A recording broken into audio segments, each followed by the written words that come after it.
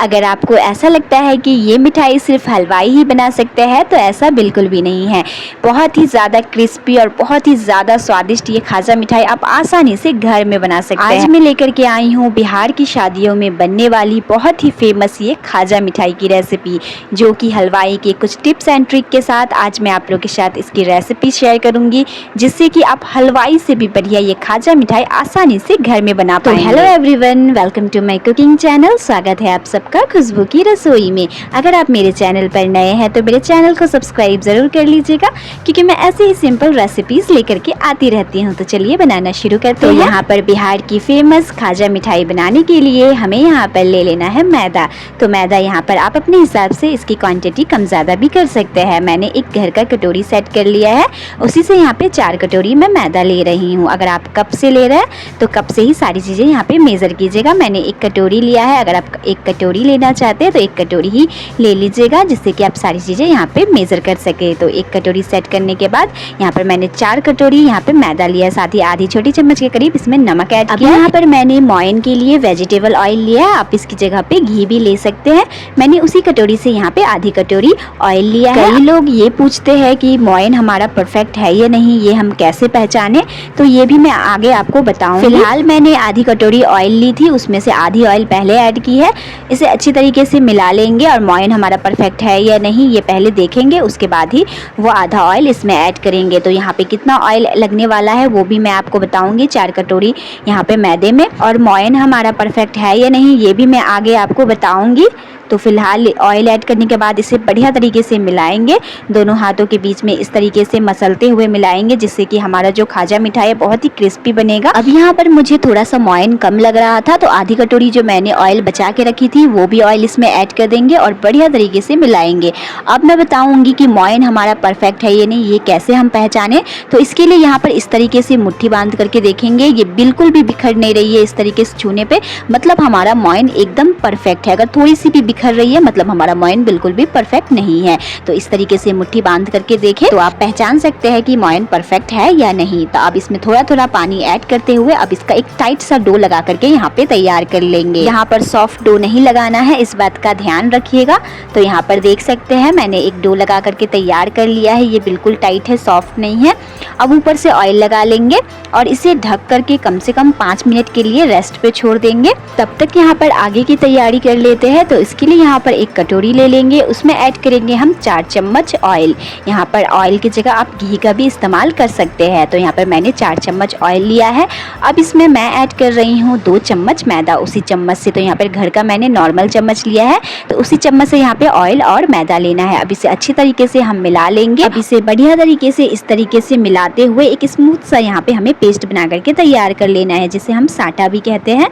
तो इसे बढ़िया तरीके से मिलाना है, एकदम स्मूथ यहाँ पे हमें बना करके तैयार कर लेना है। बिल्कुल इसी तरीके का हमें यहाँ पे पेस्ट बना करके तैयार कर लेना है, एकदम स्मूथ। अब चलते हैं डो की तरफ। तो यहाँ पर देख सकते हैं कि डो भी हमारा अच्छी तरीके से सेट हो चुका है। अब इस डो में से हमें मीडियम साइज की लोई निकालनी है। तो आपकी जितनी लोई निकले यहाँ पे डो में से उतनी लोई निकाल ले मीडियम साइज की। मेरी यहाँ पे 16 से 17 लोई यहाँ पे बन करके तैयार हुई है। अब यहाँ पर एक लोई ले लेंगे हम, प्लेटफॉर्म या चकले पे एक पतली सी रोटी बेल करके तैयार कर लेंगे। इस बात का ध्यान रखिएगा कि जितनी भी रोटी आप यहाँ पे बेल रहे हैं सारी रोटी एक ही बराबर की हो। तो यहाँ पे जितनी पतली आपसे हो सके उतनी पतली यहाँ पे हमें एक रोटी बेल करके तैयार कर लेनी है। यहाँ पर डो में से मैंने 16 से 17 लोई निकाली थी, जिसमें से हम पहले 4 रोटी की लेयर लगाएंगे। तो 4-4 रोटी की हम 3 बार लेयर लगा करके 3 रोल तैयार करेंगे। तो मैंने यहाँ पे सबसे पहले 4 रोटी बेल करके तैयार की है। उससे ज्यादा की अगर आप लेयर लगाना चाहते हैं तो 5 से 6 रोटी की लगाए, उससे ज्यादा की नहीं। तो यहाँ पर 4 रोटी मैंने पहले बेल करके तैयार कर ली है इस तरीके से।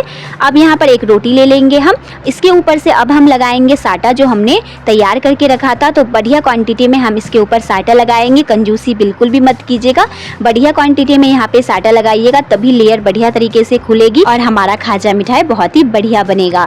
तो ऊपर से मैंने बढ़िया क्वांटिटी में यहाँ पे साटा लगा लिया है। अब दूसरी रोटी लेंगे और इसके ऊपर से इस तरीके से बिछा देंगे। इसीलिए मैंने बोला था कि सारी रोटी एक ही साइज की हमें यहाँ पे बना करके तैयार करनी है बेल करके। यहाँ पर दूसरी रोटी के ऊपर से भी बढ़िया क्वांटिटी में साटा लगा देंगे, फिर तीसरी रोटी इसी तरीके से बिछा देंगे, फिर तीसरी रोटी के ऊपर भी बढ़िया क्वांटिटी में साटा लगाएंगे, फिर चौथी रोटी हम इसके ऊपर से बिछा देंगे, फिर चौथी रोटी के ऊपर भी बढ़िया क्वांटिटी में हम ऊपर से साटा लगा लेंगे। उसके बाद हम इसे रोल करेंगे। तो यहाँ पे 4 रोटी की मैंने लेयर लगाई है, तो मैंने इसीलिए कहा था 4 रोटी एक बार में पहले हमें बेलनी है। अगर आप इससे ज़्यादा की लेयर लगाना चाहते हैं तो 5 से 6 रोटी की लगा ले, इससे ज़्यादा की ना लगाए। अब इसे इस तरीके से टाइटली रोल कर लेंगे, बिल्कुल भी हल्के हाथों से मत कीजिएगा, टाइटली रोल कीजिएगा। अब यहाँ पर चाकू की मदद से इस तरीके से हम कट कर लेंगे इसे। अगर आप इससे बड़े साइज का खाजा मिठाई बनाना चाहते हैं तो रोटी भी बड़ा बेले और इसे जब कट करें तो थोड़े ज़्यादा गैप में कट करें, जिससे कि खाजा मिठाई थोड़े बड़े भी बनेंगे। यहाँ पर मैंने मीडियम साइज के ही बनाए हैं। यहाँ पर देख सकते हैं कि कितना बढ़िया यहाँ पे लेयर आया है। अब यहाँ पर एक ट्रिक बताने वाली हूँ, जिससे कि आप कभी भी खाजा मिठाई को ऑयल में फ्राई कीजिएगा, प्रॉपर लेयर इसकी खुलेगी। अब यहाँ पर सारे कट किए हुए पीसेस को हम रखेंगे साइड में। अब यहाँ पर ले लेंगे हम एक पीस और उंगली की मदद से बीच में दबाएंगे, हल्के हाथों से बीच में दबाएंगे बिल्कुल। तो इस तरीके से हल्के हाथों से हमें दबाना है और बेलन की मदद से हल्के हाथों से इसे 1 से 2 बार बेल लेना है, ज़्यादा नहीं, 1 से 2 बार ही बेलना है इस तरीके से। ये एक ट्रिक है, ज़रूर आजमाइएगा। इस तरीके से धीरे धीरे जैसे ही ऑयल में जाती है धीरे धीरे इसकी परतें खुद ब खुद खुलने लगती है। तो इसी तरीके से हम यहाँ पे सारे बेल करके तैयार कर लेंगे। तो यहाँ पर देख सकते हैं कि मैंने यहाँ पे सारे बेल करके तैयार कर लिए। इसी तरीके से कितनी बढ़िया यहाँ पे लेयर दिख रही है ना, जैसे ही तेल में जाएगी ये खुलने लगेगी, बहुत ही बढ़िया ये बनती है। तो एक बार ज़रूर ट्राई कीजिएगा मेरे तरीके से। तो यहाँ पर अब चलते हैं इसे फ्राई करने की तरफ। तो यहाँ पर एक कढ़ाई में मैंने पहले से ही ऑयल रख दिया था गैस पे। यहाँ पर ऑयल हमारा ज़्यादा गर्म नहीं होना चाहिए, इस तरीके से आप चेक कर सकते हैं। हल्का सा बुलबुला आए इस तरीके से, मतलब हमारा ऑयल एकदम परफेक्ट गर्म है। अब इतने ही गर्म ऑयल में हम सारे खाजा मिठाई को इसमें रखेंगे। फ्लेम को एकदम मीडियम टू लो रखेंगे, मीडियम टू लो फ्लेम पे ही इसे हमें फ्राई करना है। और खाजा मिठाई को जब आप ऑयल में रखें उस वक्त हमें इसे बिल्कुल भी चम्मच वगैरह किसी चीज़ से भी नहीं चलाना है। ये खुद ब खुद जब ऊपर आ जाए उसके बाद ही इसे हमें पलटना है। अगर आप चाहे तो इसकी परतें बीच से चम्मच की मदद से या चाकू की मदद से खोल सकते हैं, जैसे हलवाई वगैरह खोलते हैं, लेकिन इसमें आपको ज़रूरत नहीं पड़ने वाली है। धीरे धीरे इसकी परतें खुद ब खुद खुलने लगती है। अगर आप चाहे तो खोल सकते हैं चम्मच की मदद से या फॉक की मदद से। तो यहाँ पे देख सकते हैं कितनी बढ़िया यहाँ पे लेयर खुलने लगी है। तो मीडियम टू लो फ्लेम पे बढ़िया यहाँ पे कलर आने तक यहाँ पे फ्राई कर लेंगे। हलवाई वगैरह जो खाजा मिठाई बनाते हैं उसका कलर थोड़ा वाइट टाइप में रहता है, लेकिन मैं यहाँ पे घर में बना रही हूँ तो यहाँ पे मैं थोड़ा क्रिस्पीनेस ज़्यादा रखूँगी। तो यहाँ पे हल्का गोल्डन कलर आने तक इसे फ्राई करूँगी। तो यहाँ पे देख सकते हैं ऐसा गोल्डन कलर आ जाए तभी हमें इसे निकालना है। बढ़िया क्रिस्पी बनते हैं, बढ़िया लगते हैं खाने में। तो इसी तरीके से हमें गोल्डन कलर आने तक मीडियम टू लो फ्लेम पे बढ़िया फ्राई कर लेना है। तो इसी तरीके से यहाँ पे सारे हम खाजा मिठाई को बना करके तैयार कर लेंगे फ्राई करके। तो यहाँ पर देख सकते हैं कि मैंने सारे को फ्राई कर लिया है। तो देखिए कितना बढ़िया यहाँ पे लेयर खुल करके आया है। मैंने इसे खोला भी नहीं था, खुद ब खुद ये खुल करके आया है लेयर। यहाँ पे बहुत ही ज़्यादा क्रिस्पी बनते हैं। इसी तरीके से गोल्डन कलर आने तक ही फ्राई कीजिएगा। अब चलिए चाशनी बनाने की तैयारी करते हैं। तो इसके लिए यहाँ पे एक पैन में मैंने 2 कटोरी चीनी ले लिया है। अब उसी का आधा यहाँ पर 1 कटोरी पानी ऐड कर देंगे। तो जिस कटोरी से मैंने मैदा लिया था उसी कटोरी से यहाँ पे 2 कटोरी मैंने चीनी लिया है। या अगर आपको समझ में ना आए कि कितने हमें खाजा मिठाई में कितनी की चाशनी बनानी है, तो अगर आप 4 कटोरी मैदा ले रहे हैं तो 2 कटोरी चीनी लिए, अगर 2 कटोरी मैदा ले रहे हैं तो 1 कटोरी चीनी का यहाँ पे चाशनी बना करके तैयार करें। अब यहाँ पर हमें एक तार वाली चाशनी बना करके तैयार कर ली है। तो यहाँ पे हाई फ्लेम पे पकाते हुए हमें इसे एक तार की चाशनी बना करके तैयार करनी है। आप चाहे तो यहाँ पे केसर के धागे भी ऐड कर सकते हैं या फूड कलर भी ऐड कर सकते हैं।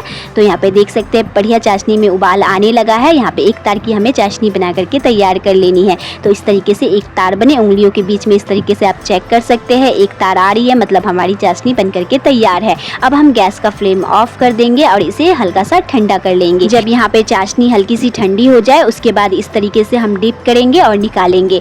अगर आपको ज़्यादा मीठा पसंद है तो इसे आप 5 से 10 सेकंड चाशनी में छोड़ दें, उसके बाद निकालें। अगर ज़्यादा मीठा पसंद नहीं है तो इस तरीके से डिप करते जाए और निकालते जाए। चाशनी हल्की सी गर्म रहे इस बात का ज़रूर ध्यान रखिएगा। इस तरीके से सारे खाजा को डिप करते जाएंगे और निकालते जाएंगे। तो इसी तरीके से हलवाई से भी बढ़िया खाजा मिठाई आप आसानी से घर में बना पाएंगे। तो है ना बहुत आसान तरीका। अगर आपको ये वीडियो अच्छी लगी हो तो लाइक शेयर सब्सक्राइब जरूर कर लीजिएगा। आप ये वीडियो कहाँ से देख रहे हैं मुझे कमेंट करके ज़रूर बताइएगा। मिलती हूँ नेक्स्ट वीडियो में नेक्स्ट रेसिपी लेकर।